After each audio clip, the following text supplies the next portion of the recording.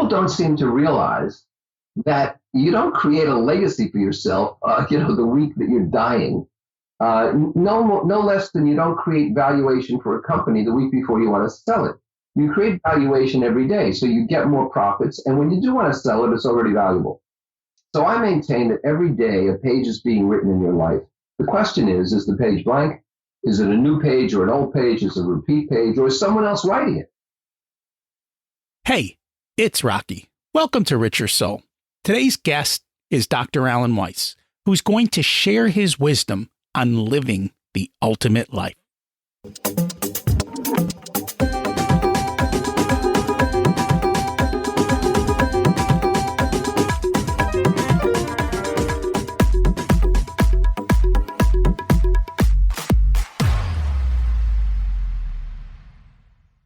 Imagine it's 12 months from now, and you've achieved your major life goals. How does it feel to be in the best shape of your life? To wake up energized, excited about the day? To have great relationships and friends who support you and propel you forward? How does it feel to have an excess of money, to be able to make the choices you want? To be fearless and open to trying new adventures? Imagine being connected to the universe and it providing everything you desire. It's possible over time, and your past does not dictate your future. The only thing holding you back from this vision is you. It's time to take control of our thoughts and use them to our advantage. Welcome to Richer Soul, where we achieve our dreams and create harmony to health, wealth, relationships, time, and spirituality. If you have not had a chance to listen to episodes 1 through 9, I encourage you to go back and listen to the framework behind Richer Soul and how to create the life of your dreams. You can also find all the show notes for this episode at richersoul.com. Today's quote is from Dan Sullivan. People who spend most of their time putting out fires are usually also the arsonist. Are you an arsonist? When I worked in corporate, there were a lot of people who started fires so they could prove they were competent at putting them out. What a waste of time. Sure, it's exciting, but who needs that kind of excitement in their life? Speaking of Dan Sullivan, I'm going to share from his latest book. But before we do, last week's action step was from Mandy McAllister. She asked, "What's your North Star? And what's the next right step to get you in that direction?" Problem I see is that most people either don't know their North Star or they're chasing the wrong one. Stop. Take the time to pick the right mountain to climb. We've talked a lot about that. Speaking of climbing mountains, you need a Sherpa, someone to help you. Too often we think we have to do this all ourselves. And that is not correct. Getting back to Dan Sullivan, I just read a book from him and Benjamin Hardy. It's called Who Not How. And it allows you to focus on your genius, and you don't have to worry how to do something that can take years to learn. You find someone and you let them do it. And it doesn't need to be expensive. If you find the right joint partner and bring value to the situation, it can work without spending any money. I was just sharing with a potential client how they could hire a sales force to sell their product without paying the sales force and actually getting paid. Now that was a game changer idea. I encourage you to check out Who Not How to change the way you think about getting things done and get into your zone of genius. By the way, Darren Hardy wrote the book for Dan Sullivan. He was Dan's who for that book. And he actually had a who to help him write the book. By the way, if any of you know Benjamin Hardy, I'd love to get him booked on the podcast for an interview. I've reached out, but no avail yet, so we'll see how that goes. Our guest today has some great ideas and insights that he's going to share on living a life which leads to leaving a great legacy. There's lots of actionable steps you can take. Dr. Alan Weiss is a consultant, speaker, and best-selling author. Described by the New York Post as one of the most highly regarded independent consultants in America. His consulting firm, Summit Consulting Group, has attracted clients such as Merck, Hewlett-Packard, GE, Mercedes-Benz, and more than 500 leading organizations. He's the author of more than 60 books, many of which have been included in the university curriculum and translated into 15 different languages. Let's meet Alan. Welcome to Rich Your Soul, Alan Weiss. It's great to have you join us today. Thank you. Thank you. It's good to be here. And I'm excited to learn from you. We always like to start at the beginning. What was it like when you were growing up, and how much did your family and school teach you about money? Well, we grew up poor. I was in the inner city, and none of us realized how poor we were because everyone was poor in the neighborhood. It was a day of neighborhoods. I grew up in Union City, New Jersey, which was then and is now the most densely populated city in the United States, 50,000 people in about a square mile. It was an entrepot of immigration, constant immigration.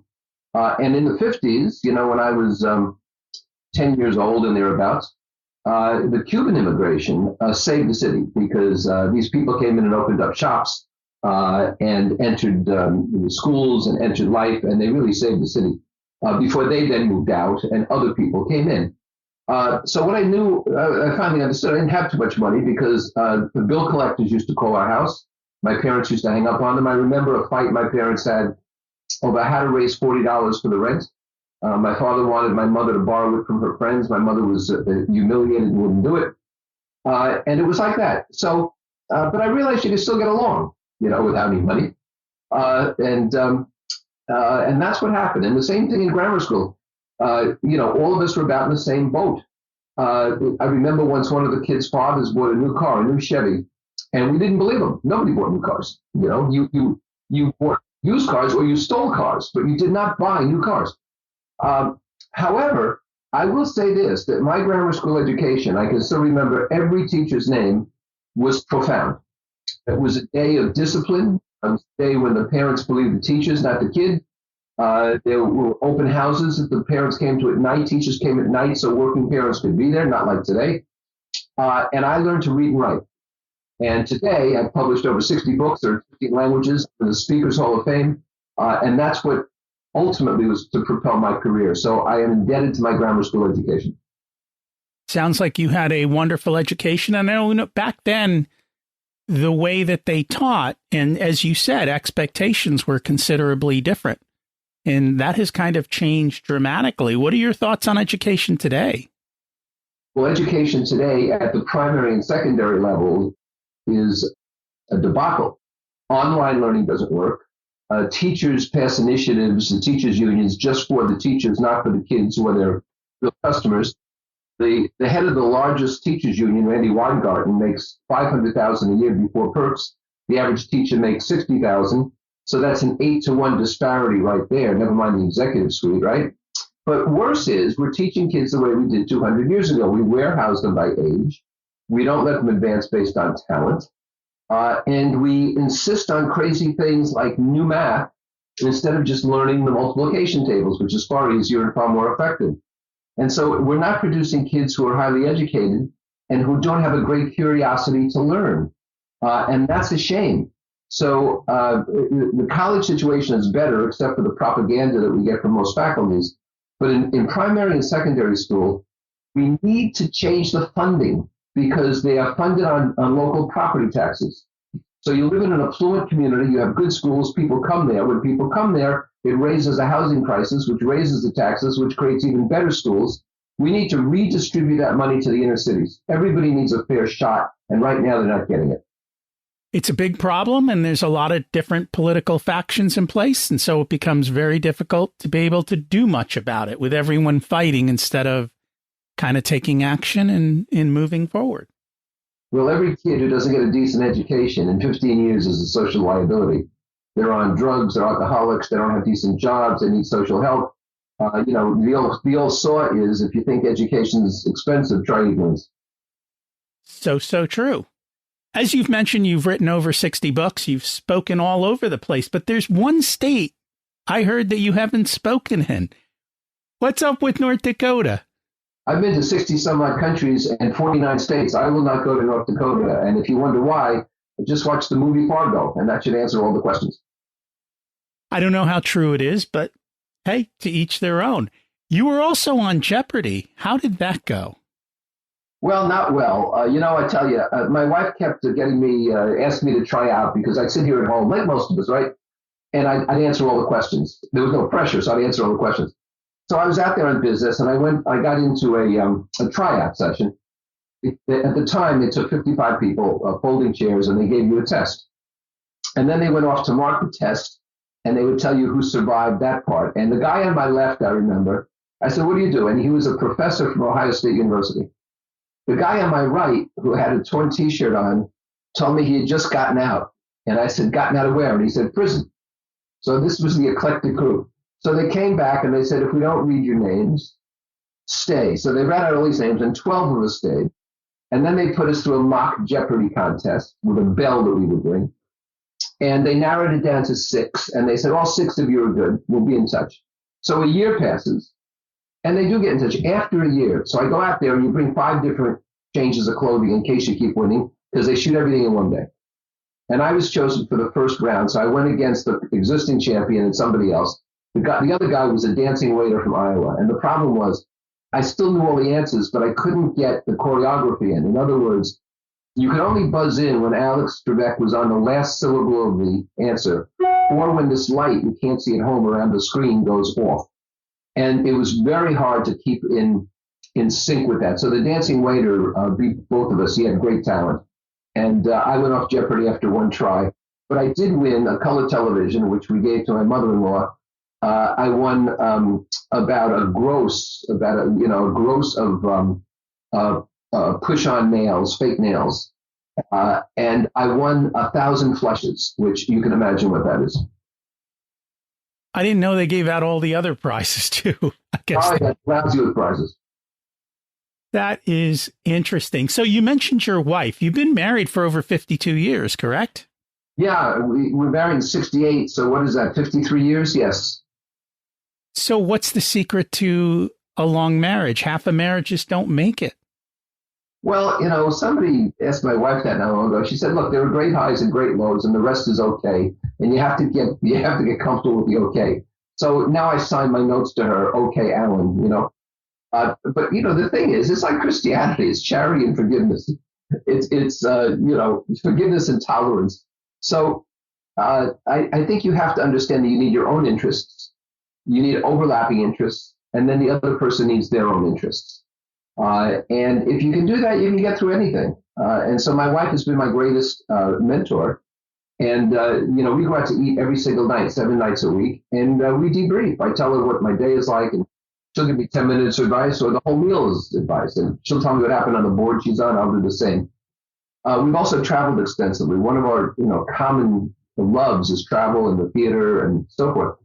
And so we've enjoyed that together. So, for us, it's worked. And I understand why sometimes it doesn't for people. I make no value judgments, but I'm happy it worked out this way. When I was younger, you married, this is my high school sweetheart. And you got married when you got out of college. So at 22, we got married. And we must have gone to 20 weddings. All of our friends got married at the same time. Times have changed, although there's still some groups that still marry early. But overall, it seems like a lot of people are marrying much, much later now. And again, that makes a whole nother thing with age and kids and trying to figure that all out. You're right. I mean, my son and daughter both married in their 30s. You're absolutely right. And it strings out the grandparents don't always make it at that point, depending on, how long. Because I know our generations are really far apart. I think I didn't have kids till late 30s.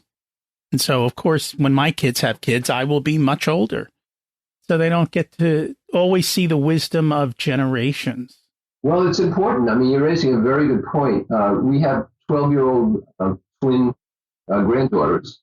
So we've been with them as they've grown. And, God willing, we might be around when they get married and so forth. So I think it is important for kids to interact with their forebears.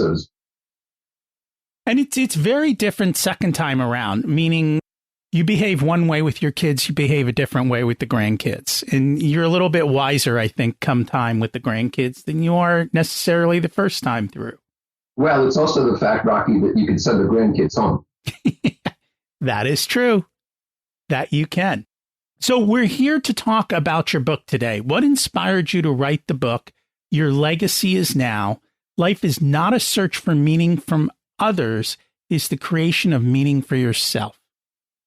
Well, I've been dealing with consultants and entrepreneurs for many, many years as a coach. And I realized that nobody was charging really what they were worth. And so I wrote books on value-based fees and how to create value and all that. And then I asked, why is this? And I realized that they didn't have the self-esteem they needed.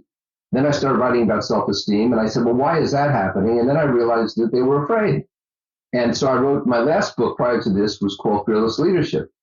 And then I kept asking why. And I realized that people don't seem to realize that you don't create a legacy for yourself, the week that you're dying, no less than you don't create valuation for a company the week before you want to sell it. You create valuation every day, so you get more profits. And when you do want to sell it, it's already valuable. So I maintain that every day a page is being written in your life. The question is the page blank? Is it a new page or an old page? Is it a repeat page? Or is someone else writing it? And so I hear people talk about this search for meaning, this guru up on the mountaintop, and in the book I have a cartoon where my German Shepherd has climbed up a hill to a dog guru who tells the shepherd, it is not in fetching the stick that's important. The meaning is in the way it's thrown. And of course that means nothing. It means absolutely zero. But my German Shepherd is listening to this guy. So we need to stop looking at other people's metrics. And we need to create metrics for ourselves about what life's about. And, I think this goes back to a topic that we talked about earlier, which is education. Because in education, they usually don't build people up. They tear them down and they put fear in them. Instead of saying, this is how you build the ultimate life, they say, get on this track and follow this thing and get married and buy a house and have 2 kids and a dog and it'll all work out. I agree with you. I think most self-help books assume the reader is damaged and needs to be fixed. Every motivational speaker, which is something of an oxymoron since motivation is intrinsic and you can't motivate someone else, but every motivational speaker assumes the audience needs to be fixed. And I believe that what we need is to understand our talents and our energies and to aspire to them and to achieve them. The question I ask people when I'm coaching executives or entrepreneurs is, who do you want to be in a year? And they invariably tell me what they want to be doing. And I said, that's not what I asked you. Who do you want to be? And they don't give enough thought to that question. How do you want to be regarded? What kind of legacy are we talking about? What kind of values do you exemplify? And once you start thinking that way, your life begins to change somewhat. And in order to be successful, you have to change who you are at the core level. You have to become that successful person, so to speak. Right. And so what I talk about in the book is the fact that you need to change your friends, you need to change your beliefs, you need to change your memberships, you need to change your interests. Not everything, not 100%. When Marshall Goldsmith and I wrote Life Storming together, one of our disagreements was, you got to change your friends. And he said, well, wait a minute, I have childhood friends. I said, are all your friends childhood friends? He said, no, some are. I said, fair enough. You keep some, but you need new ones. You need new ones to the level, at which you're operating at any given moment. So you're right. We do have to make these changes in order to progress in life. Otherwise, we're on a plateau, and all plateaus erode. You should just look at him and say, what got you here won't get you there. That's what he says. That's right. That's his book. And he is very right. I do like his coaching techniques, and I've implemented some of them in the way that I work with my clients as well. And he's got some great information that's there. He's a great guy. We would sit around and challenge each other. Well, why do you believe that? What does this mean? It was just a terrific experience. How do we tie into our intrinsic motivation? How do we get ourselves motivated? Because that's where I think a lot of people get stuck, in the sense of, I want to go to the gym every day. I want to lose weight. I want to do this. and then they do nothing. How do we turn that key? Well, there are a few ways to do it. Number one is that you have to have a public accountability. So let's take your example. If you say to yourself, I want to lose 10 pounds, that's one thing. But if you say it in front of people who you're going to see regularly, that's another thing. So we need public accountability. We need it at work. We need it in our own lives. So that's number one. Number two is I talk about a technique where you have to isolate negatives and generalize positives. So what happens is we don't make a sale and we say, God, I'm a lousy marketer. Instead of saying, at this time, in this place, with this person, I wasn't successful. On the other hand, when we do make the sale, we say, oh, I got lucky. Instead of saying, I'm a great marketer. Now think about this. You know, your kids on the field, you can't make a kick in a soccer game, and the kid comes off the field, and some parents say, God, you're awkward. But other parents say, don't worry about it. No one could have made that kick. You know, a kid comes home with 100 on a history test. Some parents say, you got lucky, didn't you? And other parents say, you've turned into quite a scholar. So the way we talk to others and the way we talk to ourselves, the self-talk, you know, positive psychology has been involved for a decade now. That determines the degree to which we can remain positive and optimistic. And, you know, Rocky, I'm convinced people get up in the morning in one of two ways.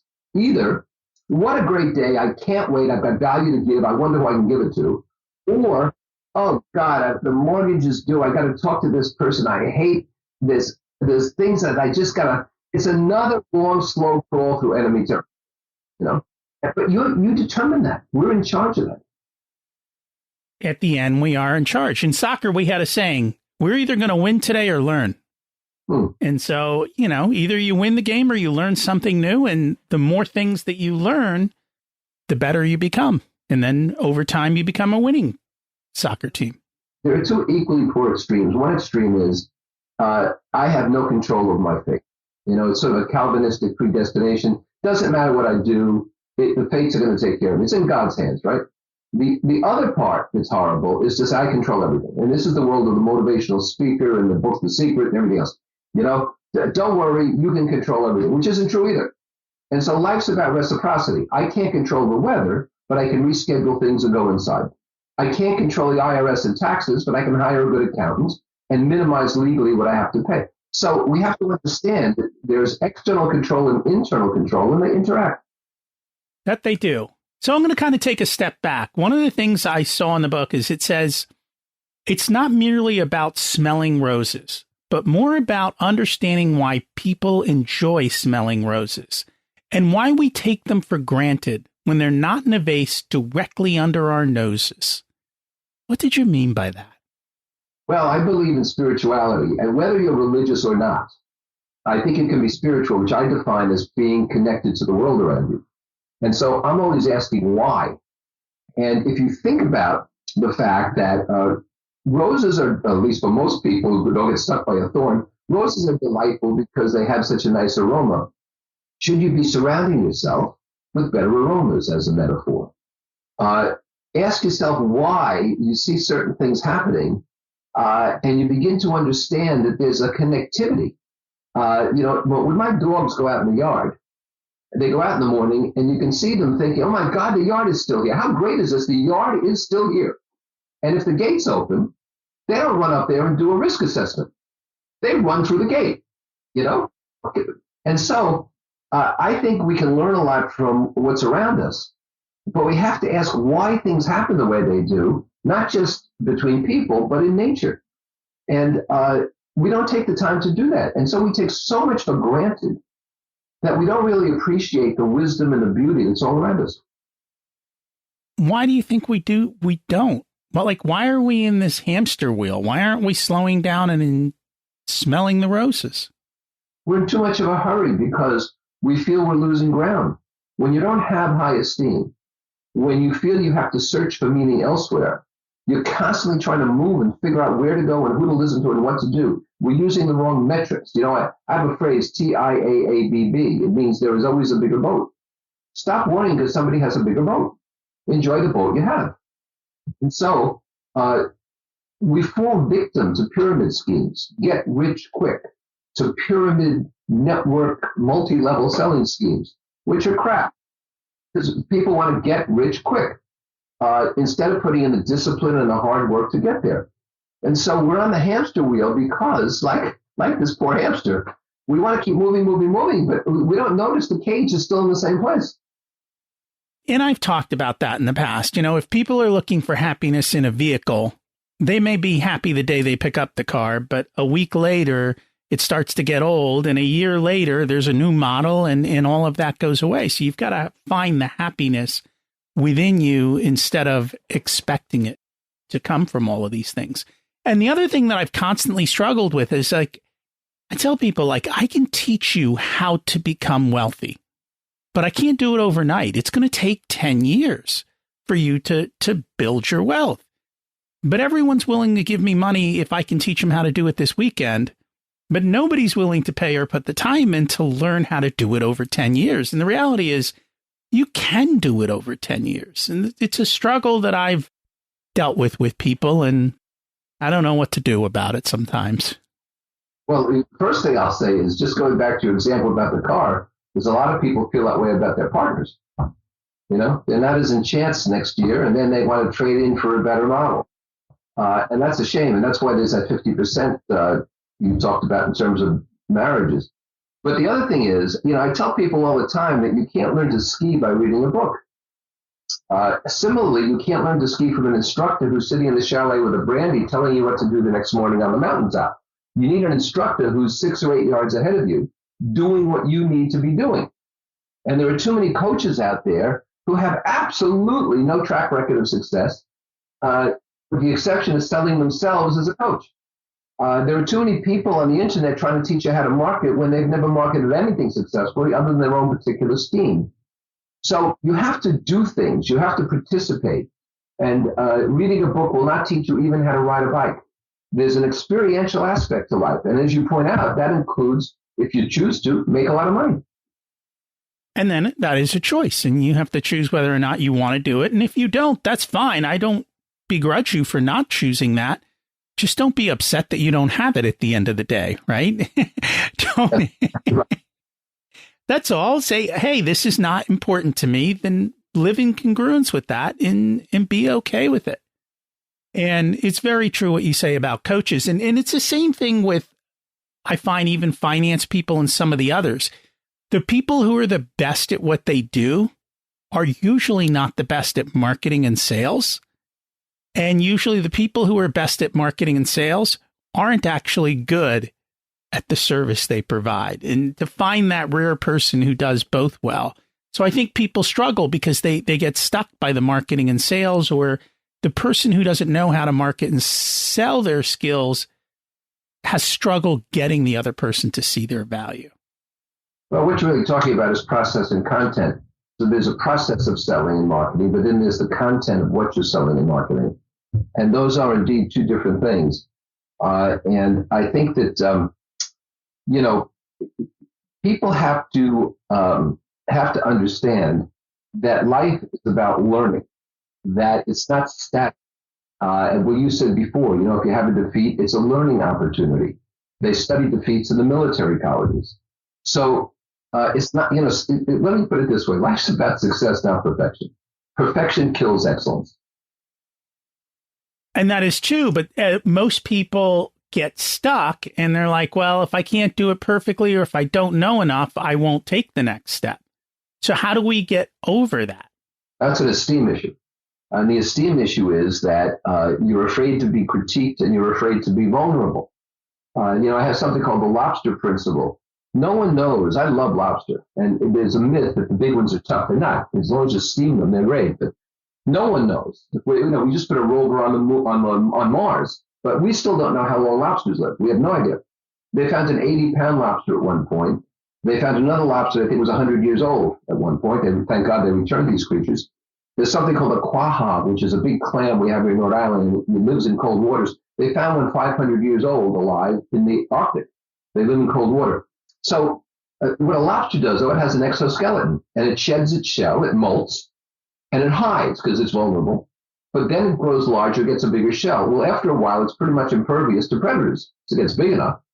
And nobody's going to prey on us when we're vulnerable if we allow ourselves to get the shell out of the way and show what we need to learn, show our defeats, show where we need to improve, and other people help us. But we're too busy defending ourselves. We're too busy protecting our egos. Most people's fear of failure is really fear of critique.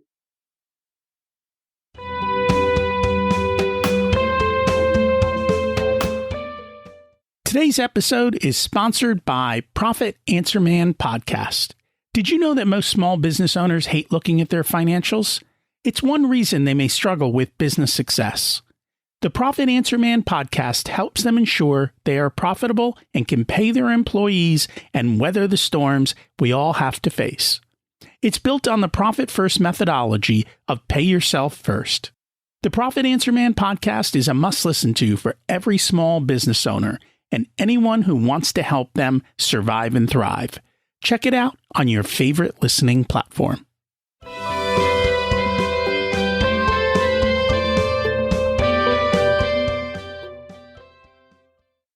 So how do we overcome that? How do we just change our mindset and say we need to be critiqued, right? Because if we're not critiqued, we can't get better. That's one of the biggest things I always struggled in when I was in corporate. It's like nobody's willing to talk about the elephants in the room. If we don't critique things, if we don't challenge them, if we don't improve them, how is anyone going to get better? And if you're letting people consistently fail and not giving them feedback, you're really not helping them. Right. So we have to engage in tough love. There's a difference between sympathy and empathy. Sympathy is I pity you. Empathy is I feel what you feel. Tough love is empathy without the sympathy. And so as a coach, I show tough love to my clients. But we also have to build our self-esteem. We have to build efficacy. That is, we have to build our confidence in things so we feel better about it. I give people exercises. Here's a quick one. When you wake up in the morning, tell yourself 3 things you're going to do successfully today, personal and professional. And don't make them huge. Don't say, I'm going to clean out the garage. Say, I'm going to clean out 2 shelves in the garage. And in the evening, before you go to bed, think of 3 things that you did successfully that day. There might be 3 different things. And if you get in that habit, you'll wake up with that optimism I talked about earlier, and you'll feel better about yourself. But our default position is to find fault. Our default position is to find fault. And so the final thing I want to really make clear here is critique and feedback is great if it's solicited. Unsolicited feedback is worthless. It's for the sender. And so you should listen to people you respect. You should ask for feedback, be vulnerable with people you respect and who have expertise. Do not allow yourself to become a ping pong ball, though, from people who want to give you feedback because it makes them feel better. And it's figuring out who those people are and surrounding yourself with the right group of people, which is, I think, what you said to Marshall is you got to change your friends sometimes. You're right. Yeah. And it comes back to that. One of the other things that you said in the book is you talk about competition, and you said 1 + 1 can't equal 2, it has to equal 64. What did you mean by that? Well, that's not new math. That's just, that's my hyperbole. But the metaphor is this. You can't grow arithmetically. You have to grow exponentially. And so if you're going to get into an alliance with someone, the sum of that alliance can't be you and they, and it equals now 2. It's got to equal much more than that, or it's not worth doing. So if you're making 100,000 and I'm making 100,000, and we get together and this next year we do 200,000, that's been pretty worthless. Right? So in terms of the effort we put into this and the agreements and dealing with each other all the time, we have to do more like 300,000 or 400,000 together. And when you're thinking about doing things where you're taking on extra responsibilities, you're working with other people, you're volunteering your time, think about that exponential factor. How do you scale that? How do you leverage it? Archimedes said, give me a lever, I can move the world. And we're not thinking often enough about moving the world. Instead of making waves, we stick our toes in the water. And it comes back to fear, right? We don't make the wave because of the fear? Yes. And, if you take a look at procrastination, that is based on fear. And it looks like this. I mean, it's very simple. The fear of doing something and being critiqued for it is not good enough is worse than the fear of being critiqued for doing nothing at all. And so people choose not to move because they're willing to take that critique rather than say you failed. And that's why you have so much procrastination. So that kind of reminds me of a thought from Carol Dweck's book, which was Mindset. And when she talked in that book about the fixed mindset and the growth mindset, and especially this was with kids, if you praised the kids and told them they were always so smart, they wouldn't try anything different because they didn't want to lose the label of being smart. So they didn't want to try anything that might make them look unsmart. And the underlying theme of all of those things is they didn't want to lose the parents' love. They needed to feel that they were connected. And it sounds like from what you're talking about, these points are all connected together. Well, I certainly agree with the first part of that. I don't know about the parents' love, but I agree with the first part of it in that this is why participation awards actually undermine kids. This is why trying to preserve kids' self-esteem by making them feel good about doing essentially nothing is wrong. It's a competitive world. You know, I have news for people. Capitalism is one. It's not perfect, but it's what we have. And so kids have to be prepared to compete in this world, not ruinously, not violently, but compete. And so when you tell a kid, hey, you're doing great, you showed up, that doesn't help anybody. But when you tell the kid that, the kid says, well, why should I work harder and try to be a star here? I'm getting rewarded just for showing up. And that's true. And when you take away the motivation, then they don't have any desire to do anything else, which kind of led to the next question that, what do you really think about competition and winning and losing? Because it seems like that's okay. Of course it's okay. Of course it's okay. I mean, the great Adolph Rupp, I think, it was the great basketball coach at Kentucky, I believe. And he said, if winning and losing isn't so important, why does anyone keep score? And if you look at the Olympics, you know, it's how you play the game, right? They keep track of medal counts by country. They play the national anthem of the winner in every event. Come on. And so it's a competitive world. You know, at one point in grammar school, my son told me, you know, they're not keeping score during our games. He said, but every one of us knows exactly what the score is. And it's true. I saw the same thing when my kids played soccer. They all know, and they keep track. I mean, it's just, I guess it's that human nature of competition, right? Well, yeah, it is human nature. You know, it's what we've all grown up with, and it's what we're used to. And let's face it, it's important because not everybody can be successful at everything, and we have to find out what's best for all of us. But if everybody wins all the time, what's the sense? You know, competition is healthy. It is, and it forces us to grow, and it forces us to try harder and to do a little bit more. Otherwise, we're never going to take that next step if there's no kind of push and prod behind us in being able to do that. That's right. And that's why I think, you know, organized sports, organized games, you know, I don't agree that you kill a kid because the kid has B's and not A's. I don't believe you get angry with your kids if they haven't made the dean's list, but I do think it is horrible to take away the top 10 scholars in a high school or college class. It's horrible to do away with valedictorians because what it says is it doesn't matter that you are superb. It doesn't matter that you finish on top. And so we're trying to make everybody feel good at the expense of not having the proper standards. You know, it's like when I see people speak at some events and they're absolutely horrible. And people come up and say, you did great. You were fabulous. Well, that's not helping anybody. You know, it encourages them to repeat a bad performance.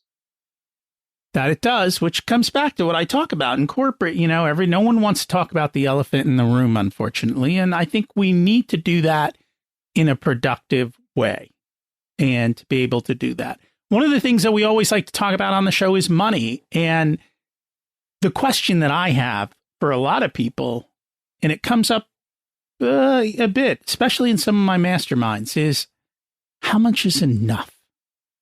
How much do you really need to chase? Well, first of all, let's be clear that you shouldn't chase money. And secondly, let's be clear that real wealth is discretionary time, not money. Money is fuel. And so the ability to go where you want, when you want is wealth, discretionary time. The ironic thing is a lot of people with whom I deal have left the corporate world. They're corporate refugees. And now they work for themselves and they have a worse boss. And so how much money is enough? Enough money occurs when you lead the lifestyle of your own metrics that it makes you happy, not somebody else's metric, because there's always a bigger boat. But when you are paying the bills and you don't have a lot of debt when you are contributing to philanthropy, when you are taking care of impulse purchases. I mean, you should be able to take an impulse vacation without worrying about it. When you are able to take care of your descendants and your estate to the extent you want to, then you have enough money. When you have enough money so that if the worst happens to you and you're out of work for a year, you have reserves, you have enough money. I posed a question once to a group of high performers, and I said, suppose somebody gave you $600,000 tomorrow was tax-free. I just picked $600,000. So what would you do with it? And, one person said, I would donate half of it to charity immediately. I invest the other half. Another said, I'd buy property and I do this. Another said that. But one woman said, I wouldn't touch a penny of it. And after she realized what she said, we only got to laugh. But, you can have enough money. The phrase, I can never have enough money, is silly. Because some people, Rocky, spend so much time chasing money, they erode their wealth. They have no time to themselves. Mm-hmm. And as you said, time is the real wealth, and you need to control your time. It's the one thing we can't buy more of, really. At least not yet. Maybe in the future. Well, listen, I can always make another dollar. I cannot make another minute. Correct. And until we get time travel, that is what it'll be. And we'll see if science comes up with that. One of the things that I noticed that you said is that everyone needs a coach. Why does everyone need a coach? Well, because if you look at the people who are the best in business or athletics or the clergy or entertainment, nonprofits, pick your field. Almost all of them have had coaches, either formally or informally. You can call them mentors, doesn't matter. And that's because people who rise to the top realize that they don't have all the answers. It's impossible to get outside your own skin and look back at yourself. So you need someone out there who can reflect. And everybody needs coaching to some degree. So you might not have a formal coach or a mentor, but as I said, my wife gave me great advice. So your family or your partner, or your business associates, but everybody needs coaches. And you don't need somebody with a certificate from a coaching university, who certifies the certifiers. What you need is somebody who has your best interest in mind and who has been there and done that. So when Tiger Woods has a golfing coach, which he's had many of, he's not looking for a coach who has won more Masters tournaments than he has, but he's looking for somebody who has a great swing that he would like to improve on himself. That's the difference. And coaches will hold us accountable, push us forward, help us through. I think the biggest thing I see is when people hit friction, they stop. And one of the things a good coach can do is help you through the friction. They're essentially like the oil, right? They keep things moving and they keep progress from happening. And if you don't have a systematic way within yourself to constantly measure your success and constantly course correct, then a coach can definitely help you be able to do that. Well, coaches won't accept the same excuses we feed ourselves. If you've got a good coach, they will call you out, right? Right. And they have to have enough to say, I'm going to call this guy out even if he fires me because he needs to get called out. And that's okay, too. And then you've got to decide. People say, well, I have writer's block. And I'll say, no, you don't. And they'll say, yeah, I have writer's block. I say to her, sit down and type a letter. And type some more letters, you have a word. Type a few words, you have a sentence. Type a few sentences, you have a paragraph. There you go. No writer's block. Life is usually simple. Doing simple is hard. What's one piece of advice you hope readers take from your book? I hope they decide to sort of existentially understand that every day they're in control. And it's not a question of having to seize control. It's a question of not ceding control, not giving it up. And too many people give up control from the moment they get up in the morning. That's a shame. It is. And it's, you never get yesterday back. I guess that's one of the things I've been lucky. I'm one of those people who just keep showing up. Just naturally, that's the way I'm wired. And there's a good and bad to it. I mean, the good is that I keep showing up. The bad is sometimes I keep going the wrong direction because you keep showing up and you keep going and not always checking and making sure that it's It's correct, which kind of brings up the next question is, what metrics matter and don't when you want to plan out your life? I think the greatest metric, this is going to get a lot of people enraged probably, the greatest metric is happiness. When I coach high-level executives, one of the first questions I ask them is, are you having fun? And they look at me like, I'm not allowed to have fun, I'm an executive. But the fact is, if you're not having fun, then you're not going to be very good at your work. And so what is your calling? You know, there's this old story. There's a stonemason laying bricks. You say, what are you doing? He says, I'm laying bricks. You go to the next stonemason, you say, what are you doing? He says, I'm building a cathedral. And the moral here is supposed to be, since the second person has this objective in mind, he's going to do a better job. But I think there's a third mason. And you ask the third mason what he's doing, and he says, I'm bringing people closer to God. So the first is a job, the second's a career, but this one's a calling. And what we need is to have a calling and be happy about it.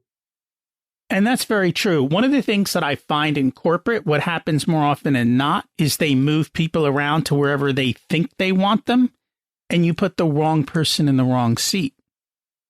And when you put the wrong person in the wrong seat, it comes back to that. They're not in their calling. They're not in their sweet spot. And then that kind of sets them down a whole struggle as well. They may not even be in the place where they are best skilled to be sitting. If you put the right person in the wrong seat or the wrong person in the right seat, that doesn't work either. Correct. Why don't we do a better job of making sure we're putting the right people in the right seats instead of picking our friends or picking whatever? Because we're not spiritual, because we're not connected. We just fill in spaces.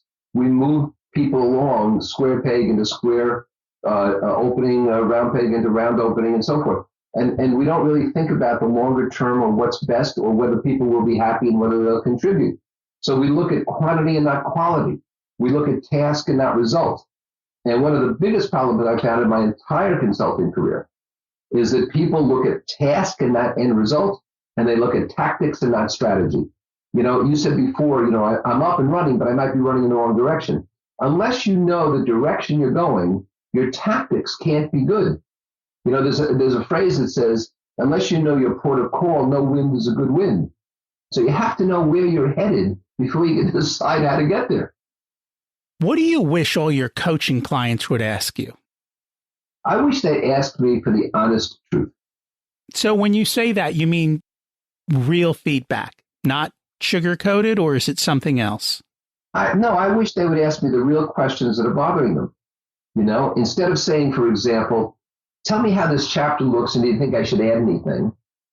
You know, which is a legitimate question, but underlying it is often the question, how can I write this chapter when I don't feel I'm qualified to do it? If you ask me the honest question, I can help you much easier than trying to dig it out myself. And I'm guessing most people feel unqualified, even when they are. Most people feel like they're imposters. Imposter syndrome is real. What's her name? Dr. Dorothy Chance, I think it is. She wrote about this in the 80s. And it's still very, very real. It might even be worse today.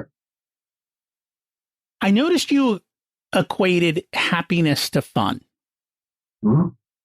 Is that how you create happiness, is by having fun? They're reciprocal. When you're having fun, you're happy. And when you're happy, you're not afraid to have fun. So they're completely reciprocal. They reinforce each other. Are people afraid to have fun? Yeah, they don't think they're entitled. Especially at work, you know, they don't think they're entitled. If you look at comics, stand-up comics, almost all of that comedy, all that humor originates in pain. Mm-hmm. These are some of the unhappiest people you'll ever meet. They're creative, you know, they're bright, but they're terribly unhappy. They're miserable, most of them. And people are afraid to have fun because they don't feel they deserve it. And when they do feel they deserve it, they're afraid to exhibit it because they feel it's being unfair to others. I walked into a restaurant with friends, right? The friends were mortified because they got 4 seats for us, my wife and the two of them, but it was right near the door. And since we came last, my seat was actually in the doorway. And they don't open the door, they'll have to step around me. It's the way this restaurant was. So the waitress comes over and she says to me, can I get you anything? And I said, can you get me a seat closer to the door? So everybody fell apart, but she's chewing her gum with her pen and pencil, and she looks up and says, I don't think so. We need to relax and enjoy life a little bit more. Amen. So we've dug around this whole spirituality. I really like to go straight down. Like, what does it really mean? Because I think people look at spirituality and they think of it's following a religion. But I don't think that's what you mean. It's not what I mean. It could be. You could be spiritual and religious. You could be spiritual and not religious. So you could be religious and not spiritual. And here's the deal. We're surrounded by mystery that we don't want to admit to. We're surrounded by the fact that if you just go straight up into the atmosphere and beyond that, you don't know where you'll wind up. Nobody knows what the universe is. Nobody. I don't care what science says. Einstein can prove that gravity bends light, but that's neither here nor there when you explain what the universe is. Nobody knows it. Nobody really understands what death is about. And so consequently, you take a look at it and you say, well, why is that? Why did the tree grow there and not over there? What were the conditions that enabled that same tree to grow there but not over there? And you start to think about, well, it was the slope of the land. It was the retaining of water there but not over there. And then you start to use the analogies and you say, well, is there a place in business where people will grow better and they'll retain their learning as opposed to other places where the learning just dribbles away? And that's what enables you to give great advice to people when you're that curious. I had a big utility client in New Jersey, and they said, listen, Al, stop what you're doing. Working on a call center, we're starting to get bad complaints. I said, when did the complaints start? They said about 2 weeks ago. I said, has anything changed? They said, no, same manager, same people, but horrible complaints. I said, well, I'll go upstairs and look. And they said, no, it's not upstairs anymore. We moved it across the street. So I went across the street, right? Nothing's changed, right? I go down the basement. They put them in the basement, and the whole place is red. The walls are red, the carpet's red, the cubicle's red, everything's red. So these people come in and sit down, and they're enraged. It's 7 a.m. They're already irate because they're staring at red. They stare at red all day. I went back and I said, I think I have a solution to your problem. Repaint the place. They said, what are you, crazy? Repaint? I said, where'd you get the red from? They said, well, it was left over. We know what else to do with it.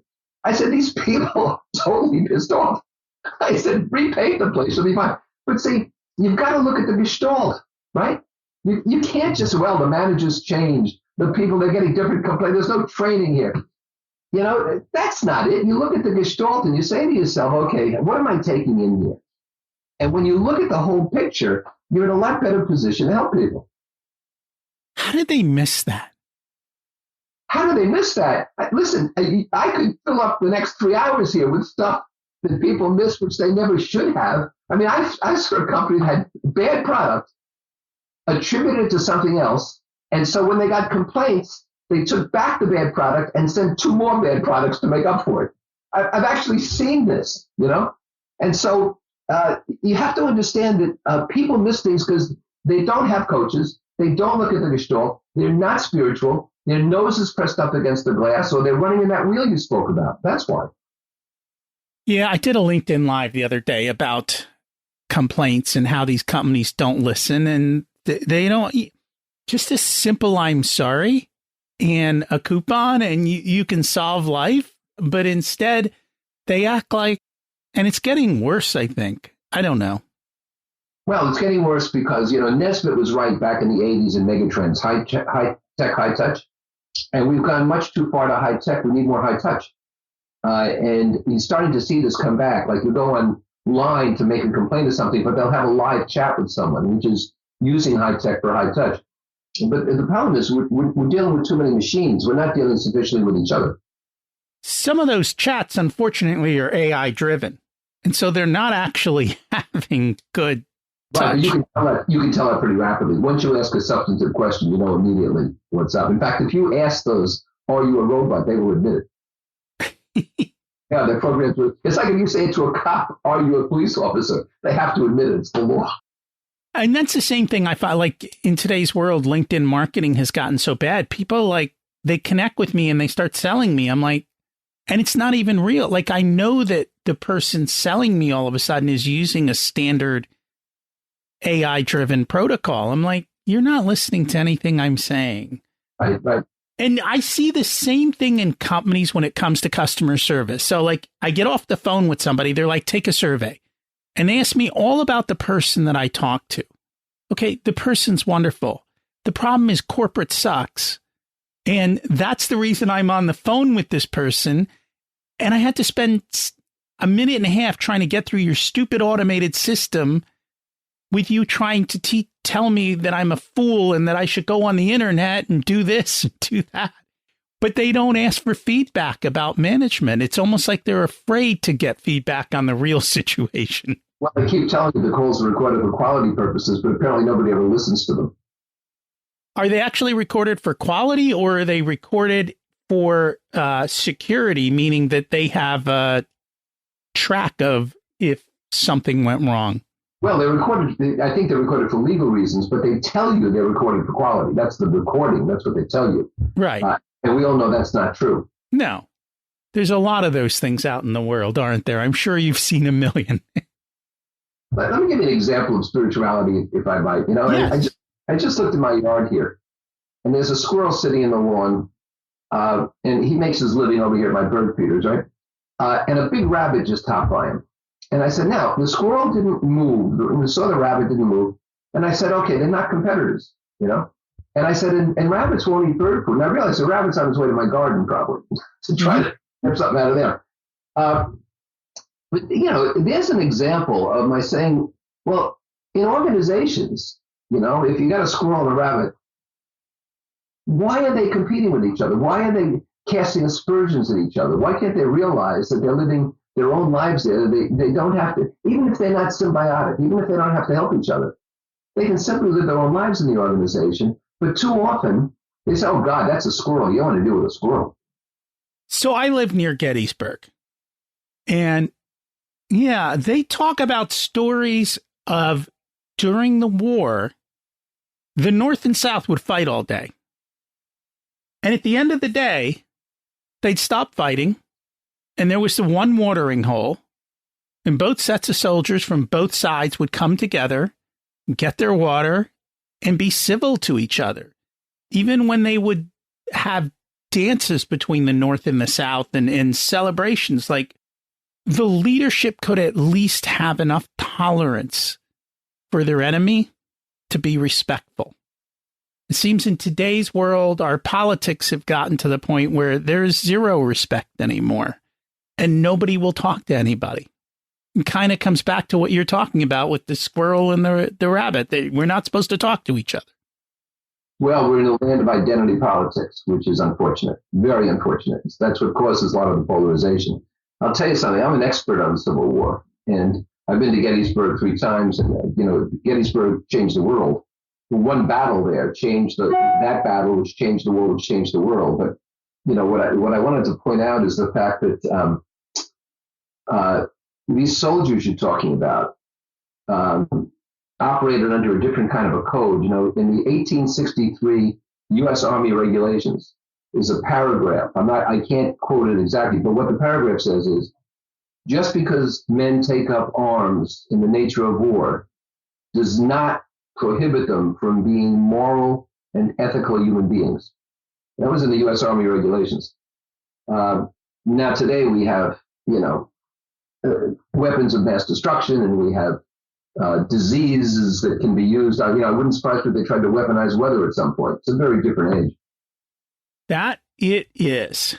At the end of the day, and you've kind of alluded to this, it's always about taking action.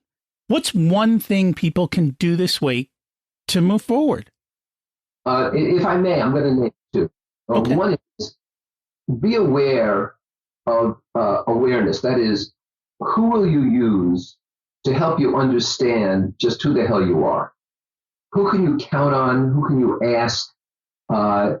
And create that kind of communication. Maybe you can do it for them too, but it doesn't have to be reciprocal. The second thing I'd say is take stock of your strengths and build on them. We move forward not by correcting weakness. We move forward by building on strength. And so you have to know what your strengths are, and you have to pivot and use them to your advantage and make things happen.